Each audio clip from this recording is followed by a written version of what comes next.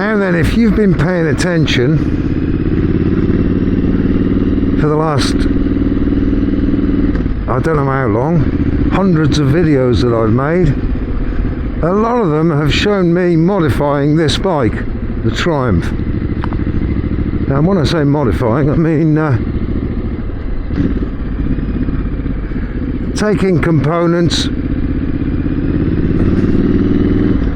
that were meant for other bikes or were universal and making them fit this bike. Rear shock absorbers are a good example. They weren't for this bike specifically, but I made them fit.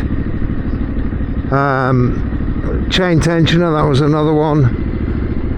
And then there's some of the things that I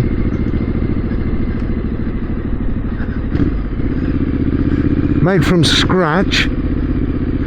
I'm going to be going backwards if this person goes any slow, but they are a learner, so I've got to forgive them that.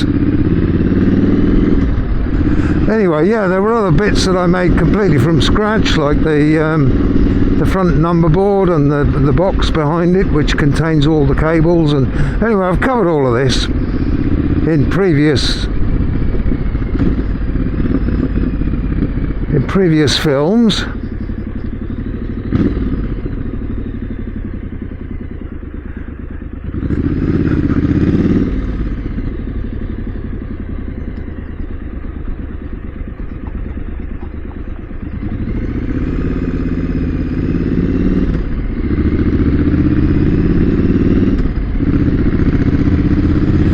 And it's all happening up here tonight.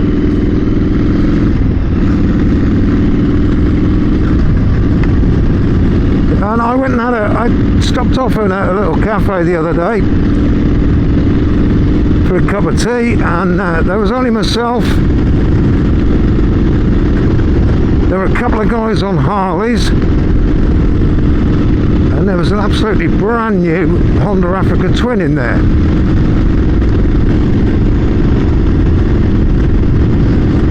Anyway, we got talking about the one guy on the one Harley. It had every conceivable bolt-on shiny chrome accessory that you could possibly imagine. The other Harley, which was a bobber, had an airbrush paint job, Springer forks. I mean, that thing was seriously customised. And like I say, the Africa Twin was stock standard. It was brand new. And my bike. Anyway, the guy with the chromed up Harley, the accessorised Harley, was swearing blind that his bike was customised.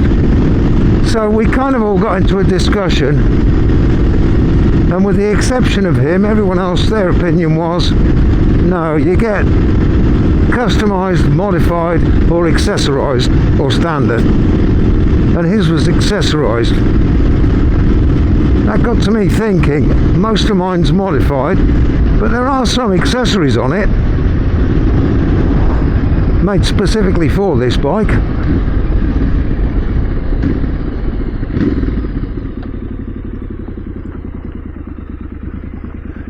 And so here I am at the Tiddly.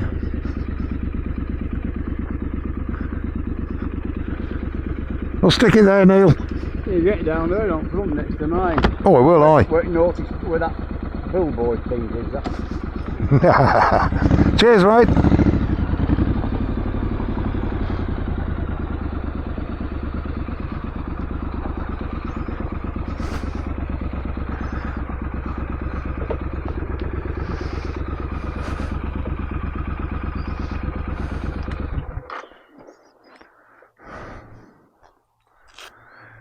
Yeah, so we'll have a look tonight and see what's accessorised. Well, this is the first Tiddly. It's not the first one of the year, but it's the first one I've managed to get to.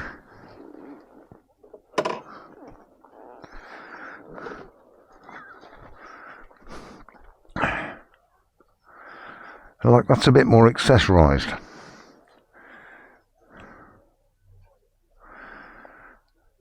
That Harley there.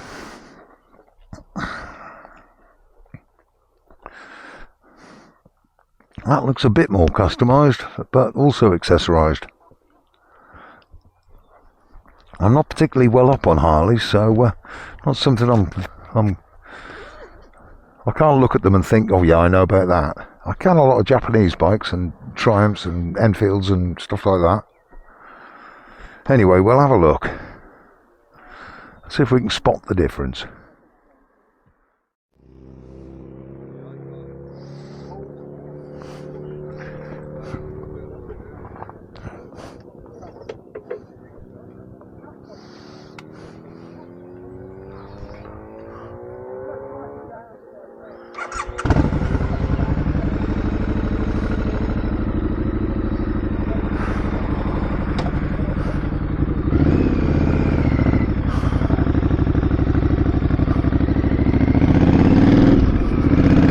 Well, now that was a little bit of a disappointment as regards custom bikes. There were none there. There were lots and lots of accessorised ones.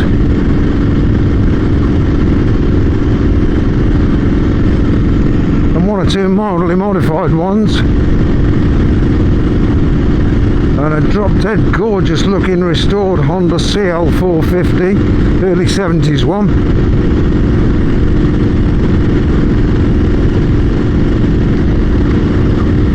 And they're fairly rare. The 360 and 175 and 360, there seem to be a few of them around.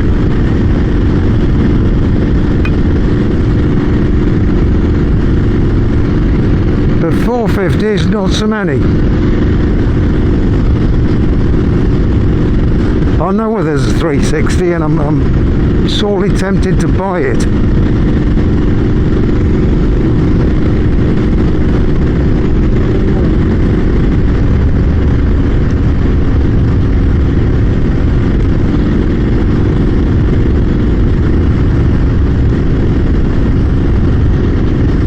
I think I needed to go to a custom show to make my point, really.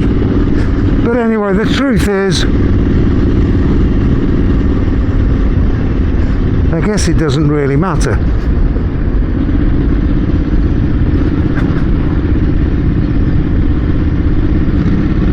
If you enjoy what you ride,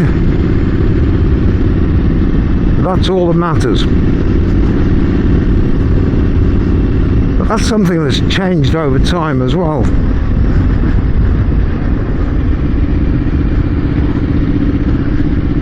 When I first started riding bikes, it wasn't just about riding them.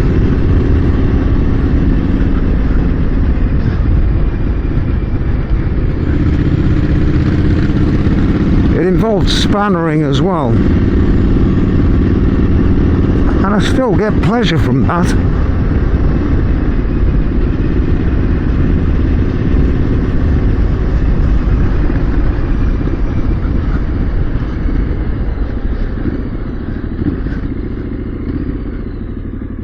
Probably get more pleasure from the end result than the actual spannering.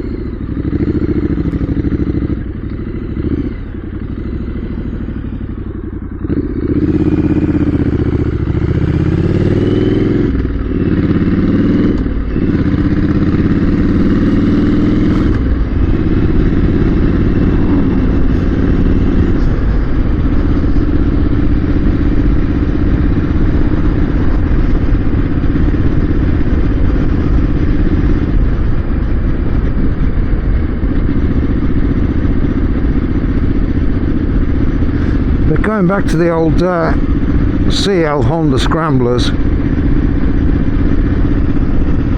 much as I love the look of them,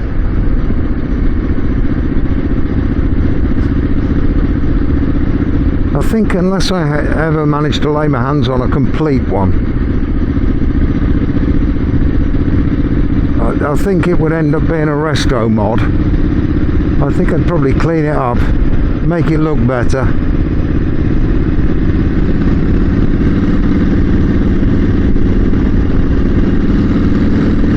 and end up modifying parts of it, probably quite a bit of it.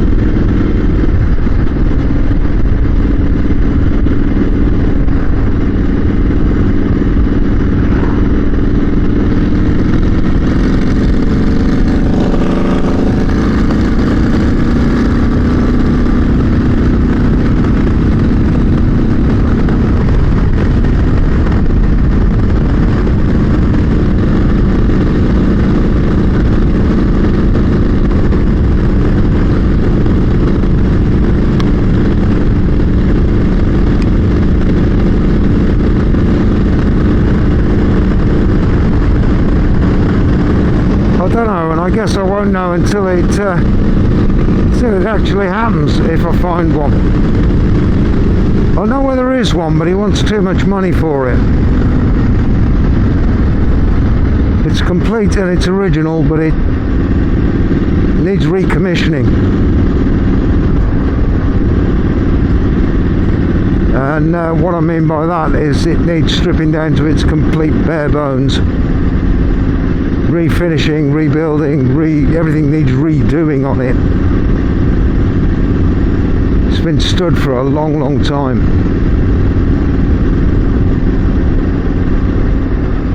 And that never does a bike or any other piece of machinery any good, really, if you mothball it and leave it for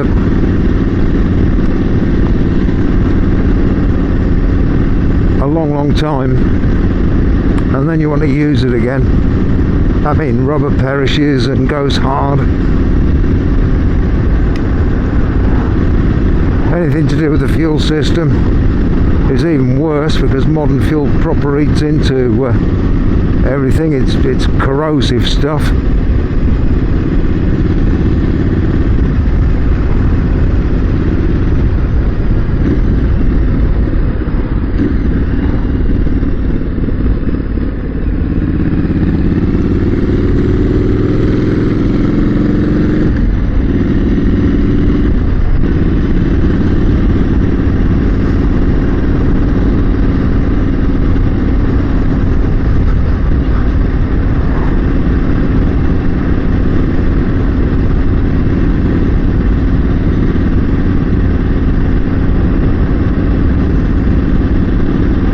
So I don't know. I mean, the reason this bike got modified so much was I like the look of it initially.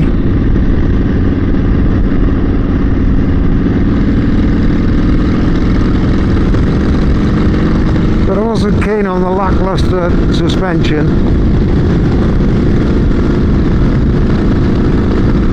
And the average performance. So I felt I had to address it, and then well, you start getting into things, and one thing leads to another, and in the case of this bike, it's been, well, I don't know how long I've had it, quite a long time now. 4 or 5 years of every winter when I lose it less, I change something, and quite often I don't like what I've changed, so I change it again, and I have been known to change it a third time as well.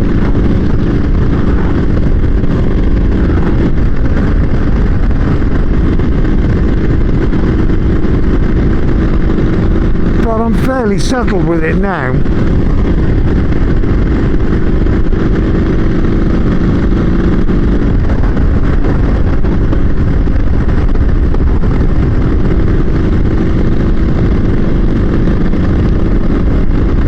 I like the way it looks, I like the way it handles, the way it goes.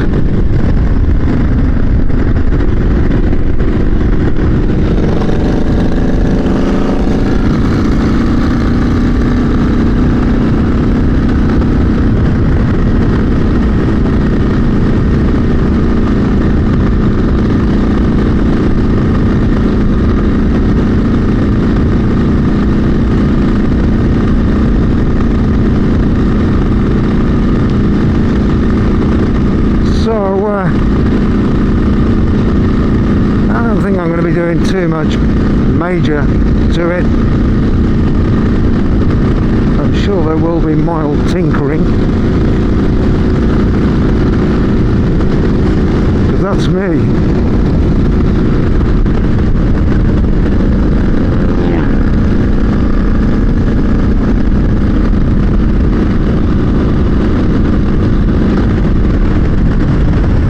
Leave anything alone.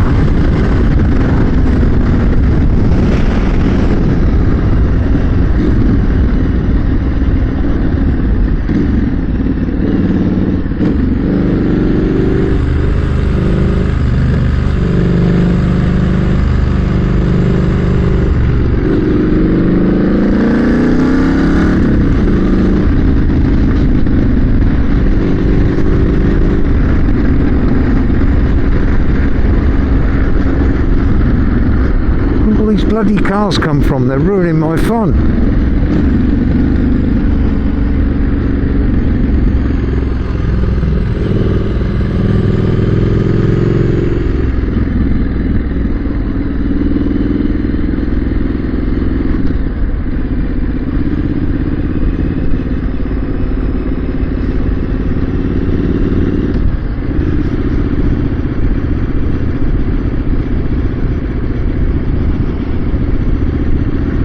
That's it, I had to leave at a respectable time. Didn't really think to fit a clear visor, and the sun's getting low in the sky, and I have got a full tint visor on at the moment.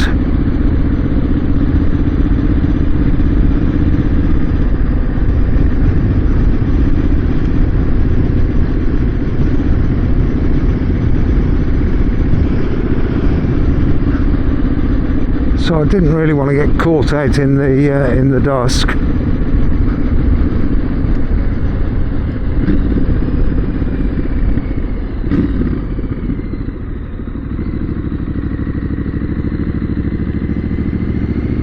Because with a tinted visor you can see the square root of bugger all when it gets dark.